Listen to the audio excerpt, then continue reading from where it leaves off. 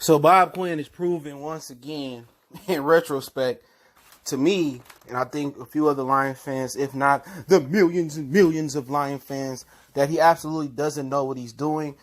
Today, it was revealed that he offered up a first-round draft pick, I think back in 2018, which turns out to be probably his best first-round draft pick of all time with the Lions. Frank Ragnow, as on this channel, was famous for Frank what the fuck, excuse my language.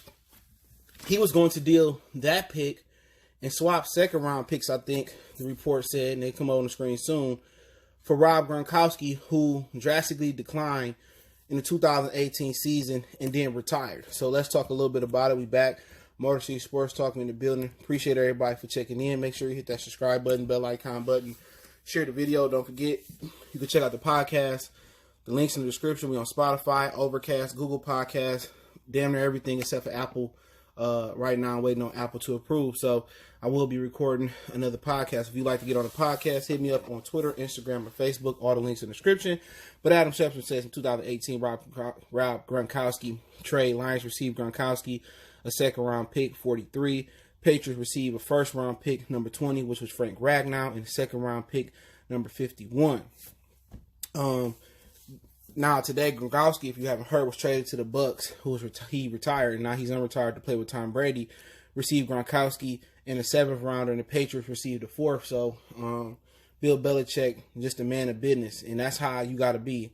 No emotion in there. No, Gronkowski can help Brady win. No, it's just strictly business and improving the Patriots organization and leaving the emotional part out of it. So, you got to respect him from that aspect. But, once again, I'm telling you, Bob Quinn and Matt Patricia knows nothing. I will be doing a mock draft tomorrow. From my standpoint, I'm not trying to guess what buffoons do.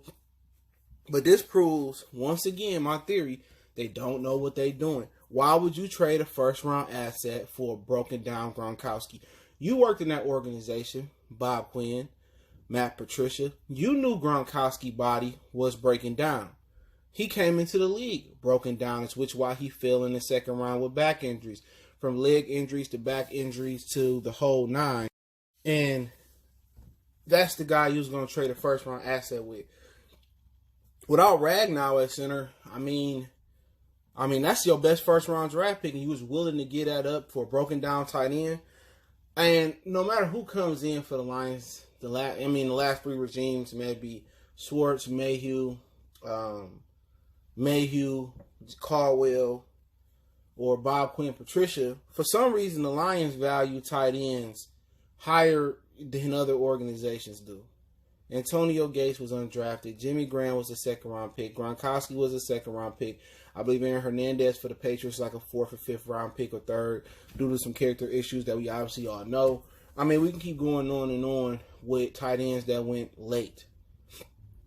But I don't understand the Lions' infatuation with tight ends.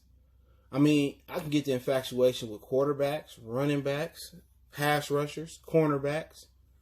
You know, I get those infatuations with linebackers, defensive tackles. But what is the 4-1-1 with tight ends in this organization?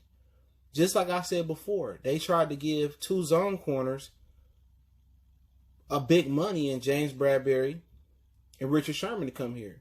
They both turned it down.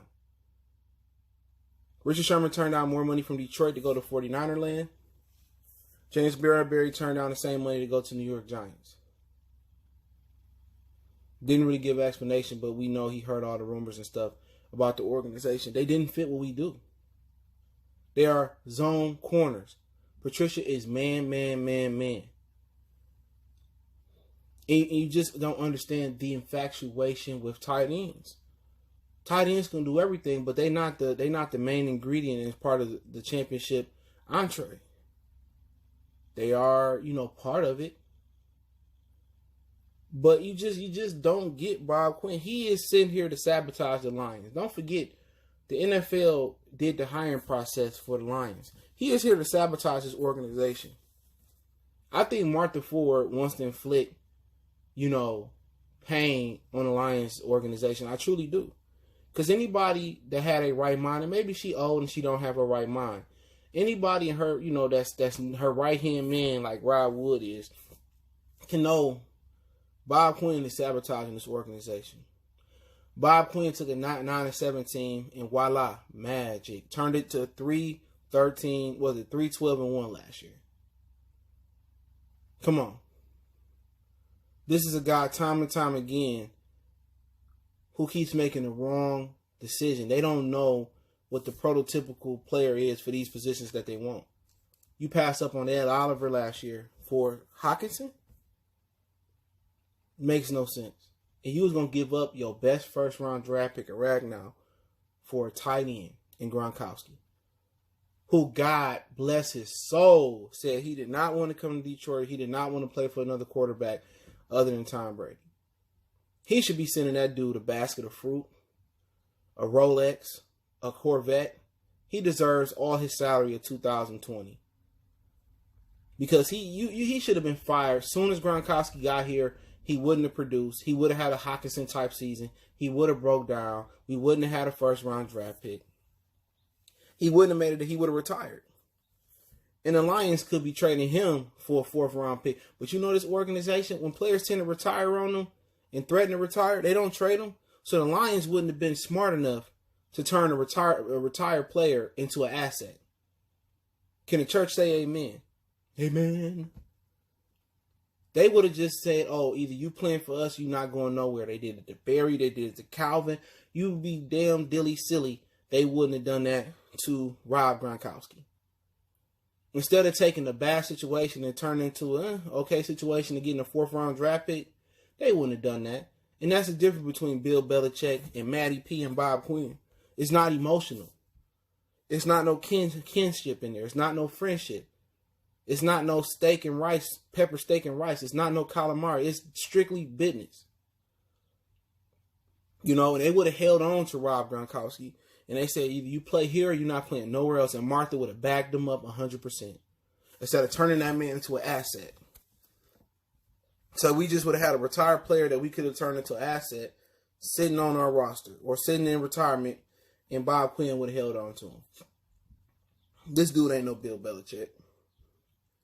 This dude probably didn't even ever sit in the same room as Bill Belichick. If they was, he was on the other side of the conference table. He never really picked Bill Belichick's brain. He was a dude that was just there pushing papers. Because he don't have no brainer on how to run an organization. He don't have a brain.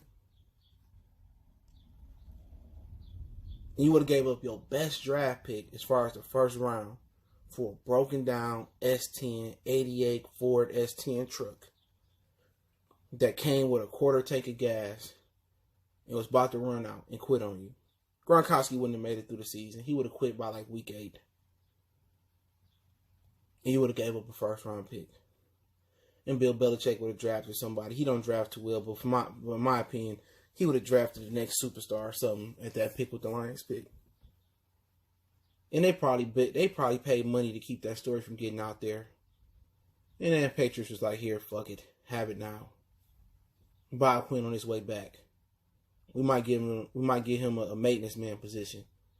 We might let him pick up the wet floor signs after the janitor done mopping the floors in Gillette Stadium. Because that's where you're going. Nobody want that mark.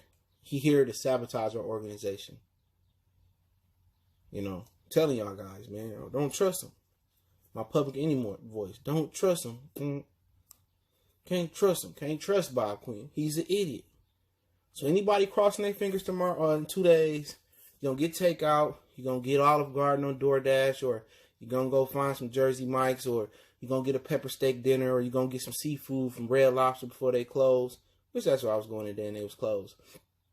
You know, you was going to do some, you know, get prepared for the draft and get you some beer, get some Modelo, Heineken, or whatever you was going to have, or get you some tequila, some vodka, and think they was going to do the right thing. Oh, no. Jimmy cracked corn, and Bob Quinn can't draft and to make football decisions. He's a dumbass, right? But hey, I put the article link from 97 on a ticket. You've seen the tweet source. Don't forget me on Facebook, Instagram, Twitter. All the links in the description. You need to reach out if you got business question, inquiry, sponsorship, video question, want to make a donation to the channel. Cash App, PayPal in the description. Best way to donate is share the video. And the Patriots and the Lions end up swapping late round picks anyway.